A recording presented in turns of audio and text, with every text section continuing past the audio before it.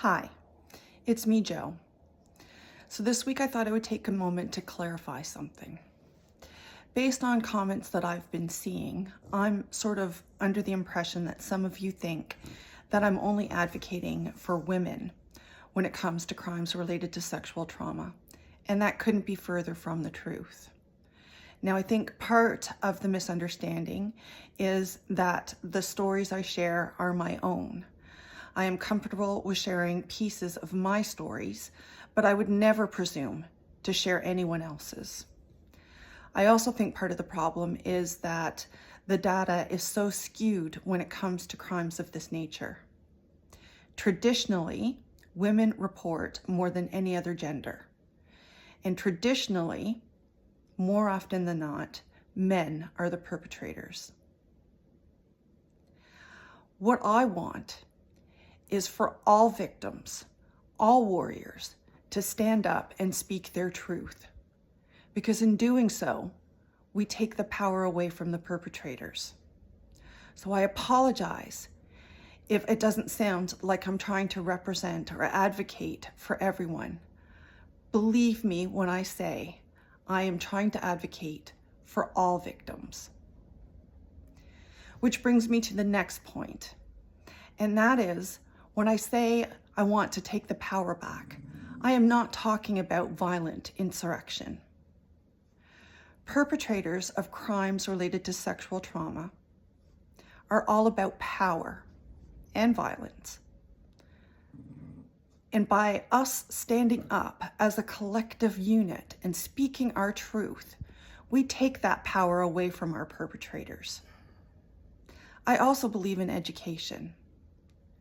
We need to teach our youngest population right from wrong, good from bad, and respect for self and others.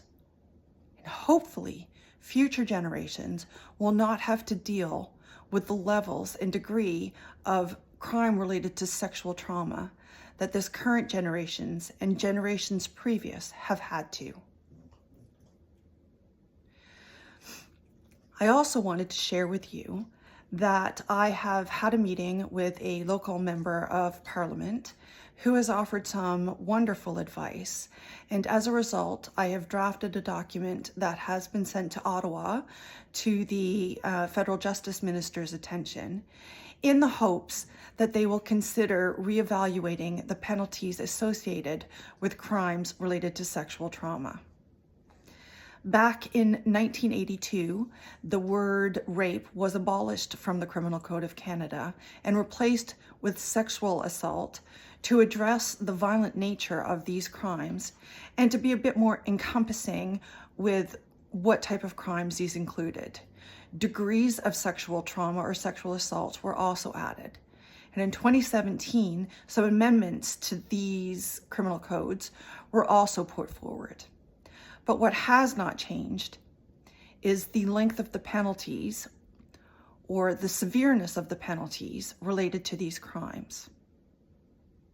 In my opinion, when someone is sexually assaulted, the person that they were ceases to exist, and I call that murder.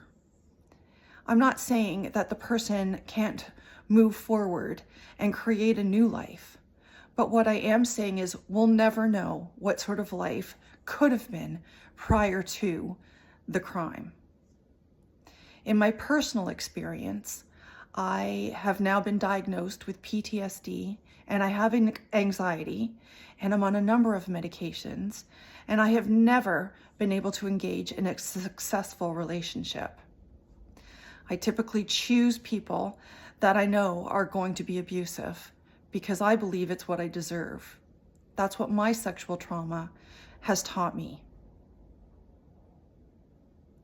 I want us all to be able to stand up and be proud of who we are as survivors. I want the lawmakers to send the message that we are taking this seriously and that the perpetrators will no longer find those dark corners to commit their crimes. And finally, I'm asking that if there is anybody out there with a public face and voice or some sort of celebrity or a social media presence that would like to help me further this cause, I would really appreciate your help, and I hope you reach out. Thanks.